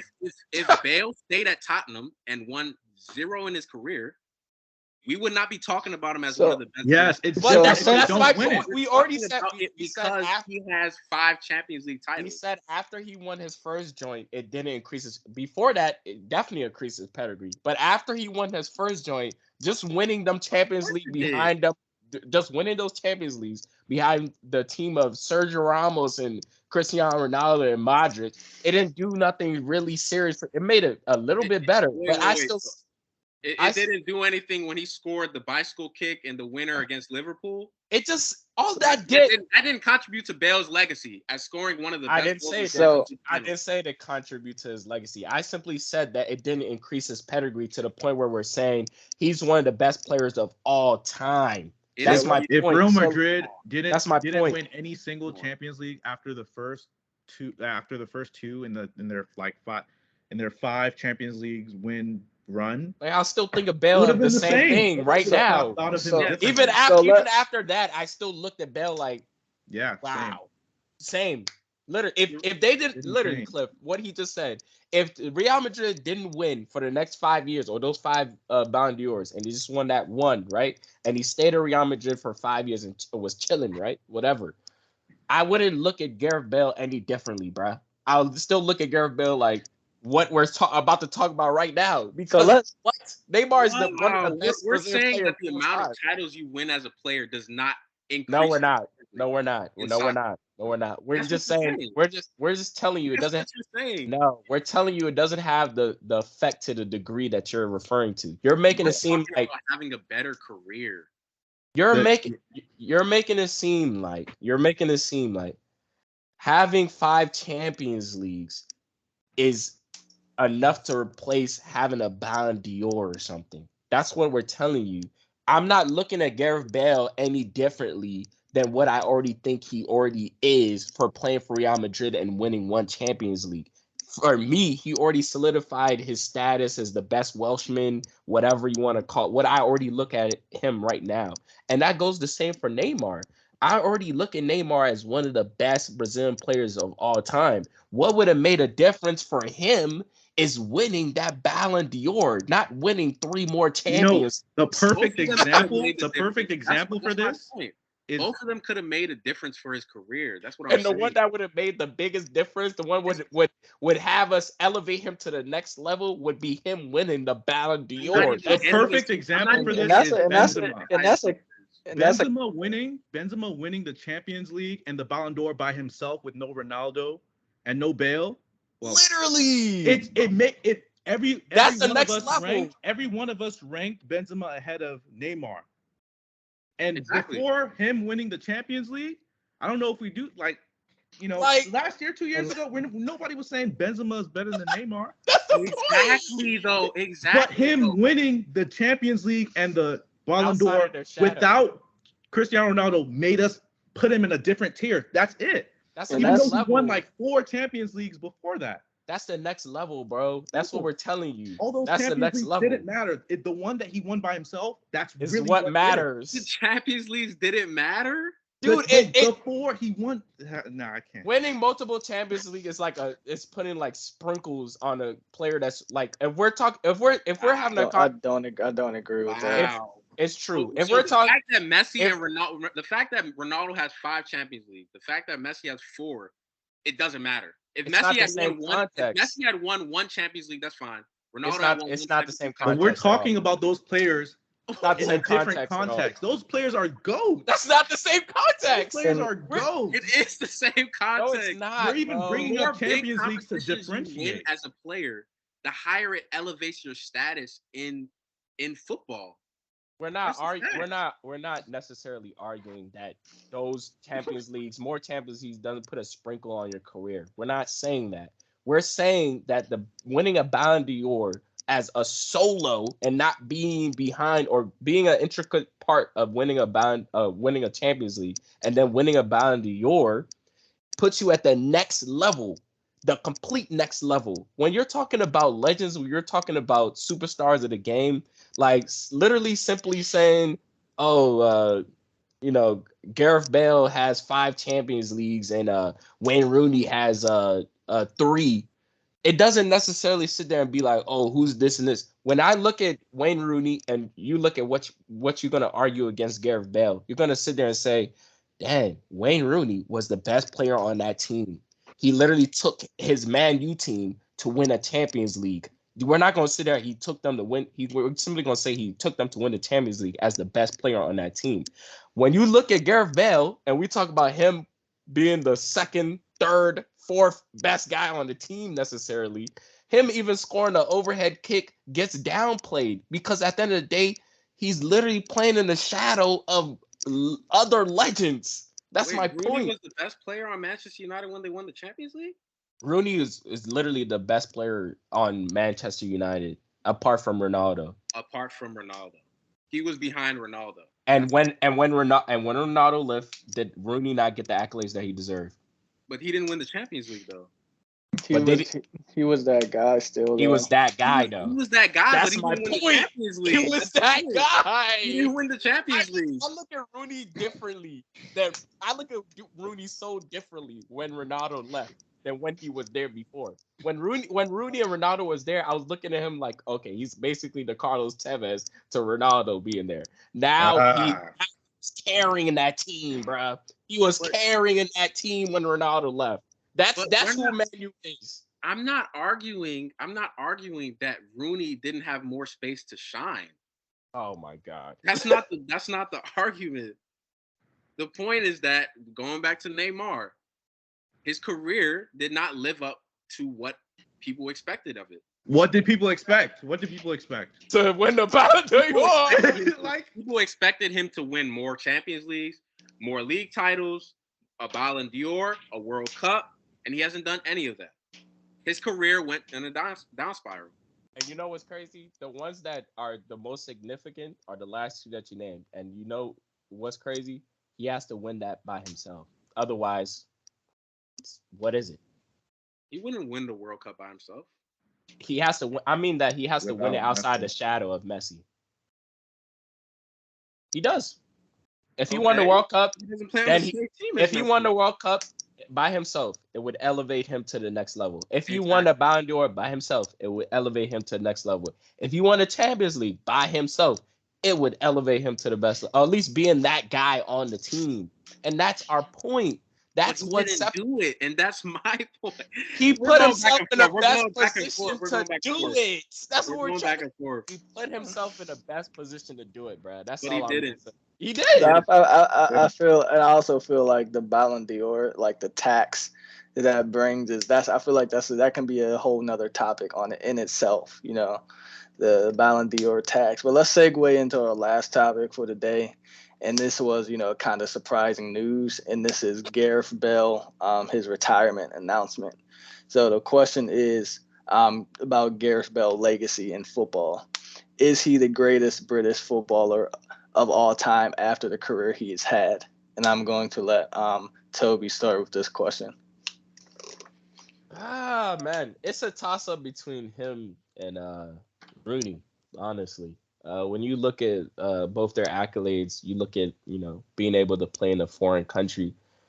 Yeah, Gareth Bale takes the cake, bro. Like, Real Madrid at some point they were collecting Galacticos, and one of the markets they always tapped into was the English market. And I would say Gareth Bale is definitely the most successful overseas player of all time in terms of, a British player going overseas and playing for another country or in another country. So when you look at that, and then you look that he has 5 Champions Leagues, when you look at the fact that he was able to take his Welsh national team to the World Cup and he's their top scorer. He's literally Mr. Welshman. Yeah. I mean, before at Spurs, he didn't win anything. And obviously, that plays a part. I feel like anybody who's going to be considered the greatest British football player should have won something in Britain. But when you think about it, he did play his probably the most efficient years of his career in Spain. So like when you think about, winning titles and stuff like that, he did do that in Spain, and obviously Spurs aren't going to win anything. So when you waited to, I don't know, it's a tie to me, bro. It's a tie between him and Rooney, bro. I can't even decide. It's very debatable. Cliff? Yeah, I'd say Rooney is the best English player of all time, because the end of Gareth Bale's career, I don't want to say the end, but pretty much after 2016, after he won the second Champions League, he kind of started to decline. Maybe it has more to do with the fact that the Real Madrid fans or the Real Madrid manager at the time, Zidane, just didn't like him. But he was about 27, 28 at the time. And that, to me, is when a player's supposed to be hitting their prime. I know we like to think more of the memories that, when he was at Spurs or his first 2 years at Real Madrid, winning La Decima and all that stuff. But when you talk about Wayne Rooney, he's already won the Champions League, which is the barrier of entry, as we've just outlined. But also after, throughout his prime, he was winning English Premier Leagues, and he was just carrying Manchester United even until his last season there. So I would have to give it to Wayne Rooney. Yeah, I'm gonna agree with Cliff here. I think it's Wayne Rooney.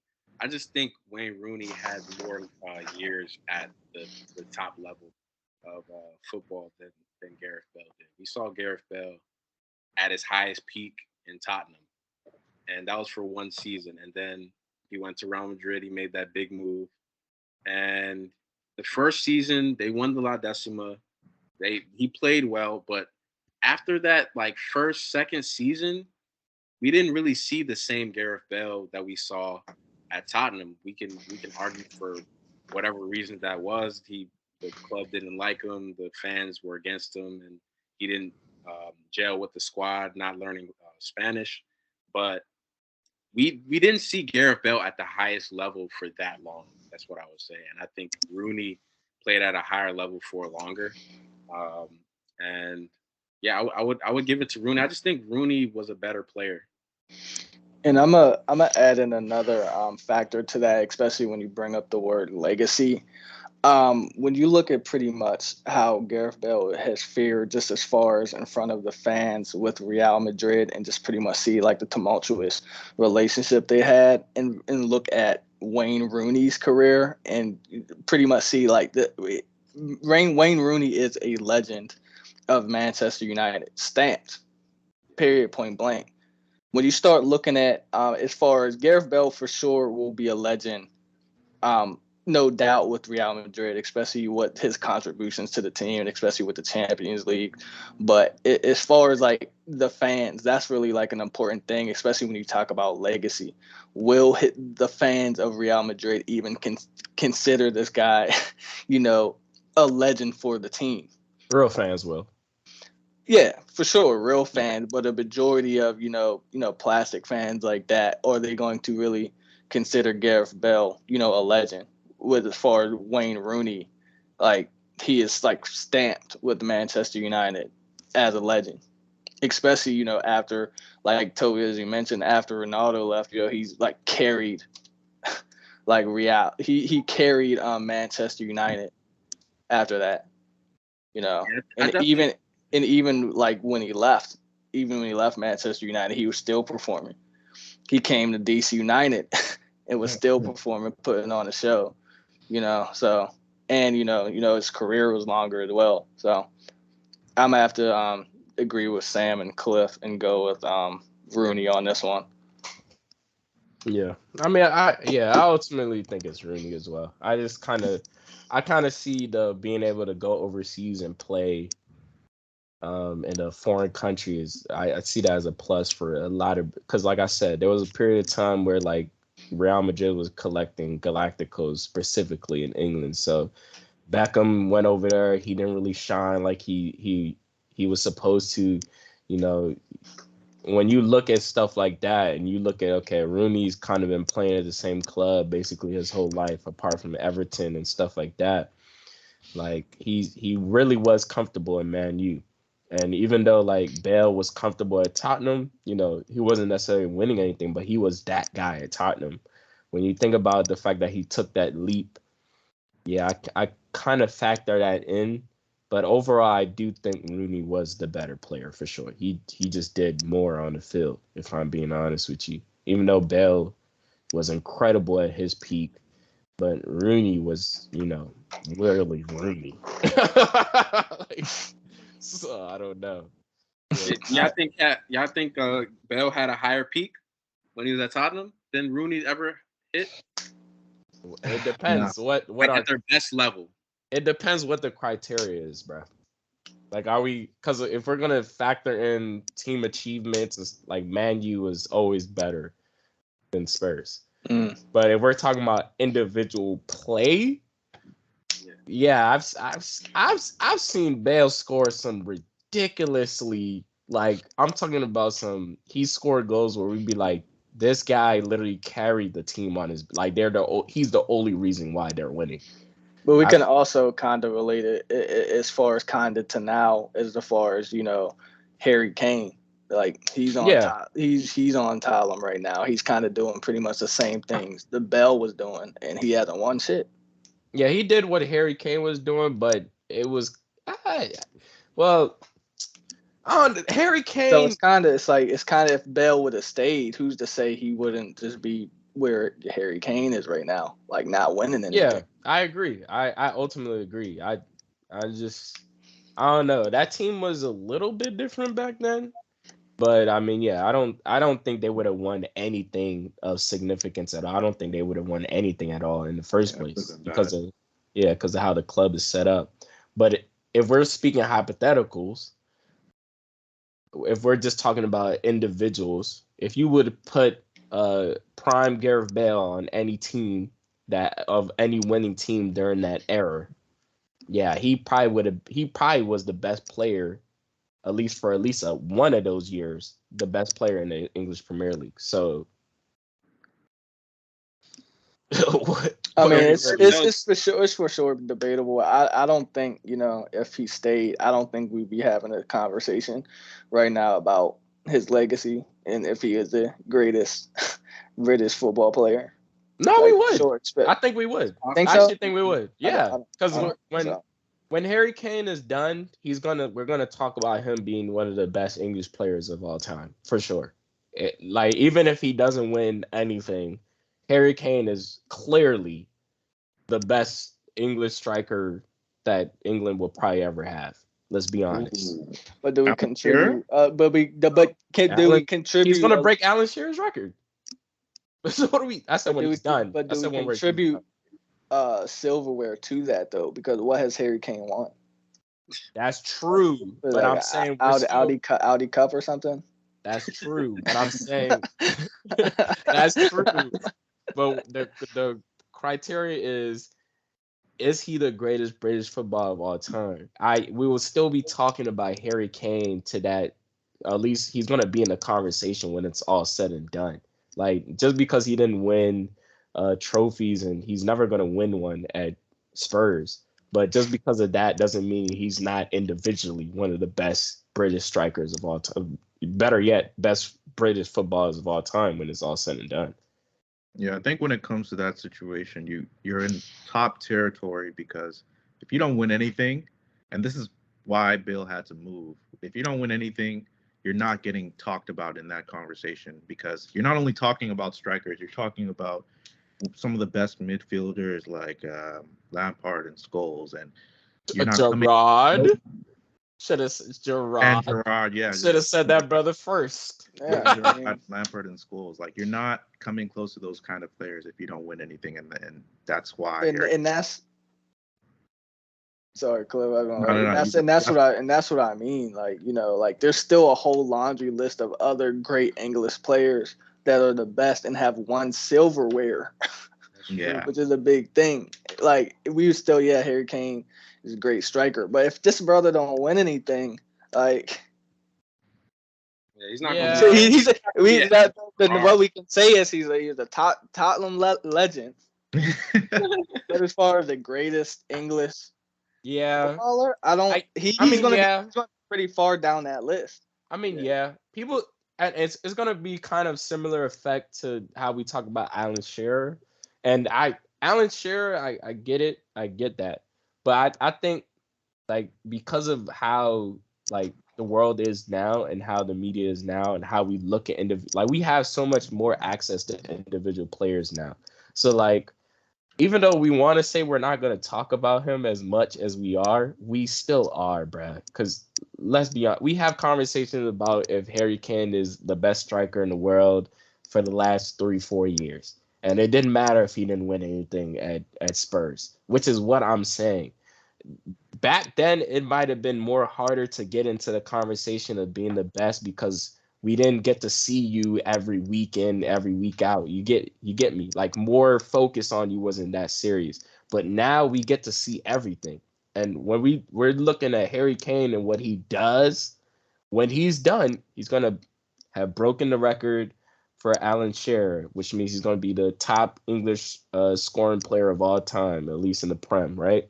When you look at stuff like that, you look at his record, his individual record, there's no way you can't have him in the conversation, whether if he wins anything or not. It might not be the best pedigree to argue if he's the best, obviously, but he's definitely going to be in the conversation.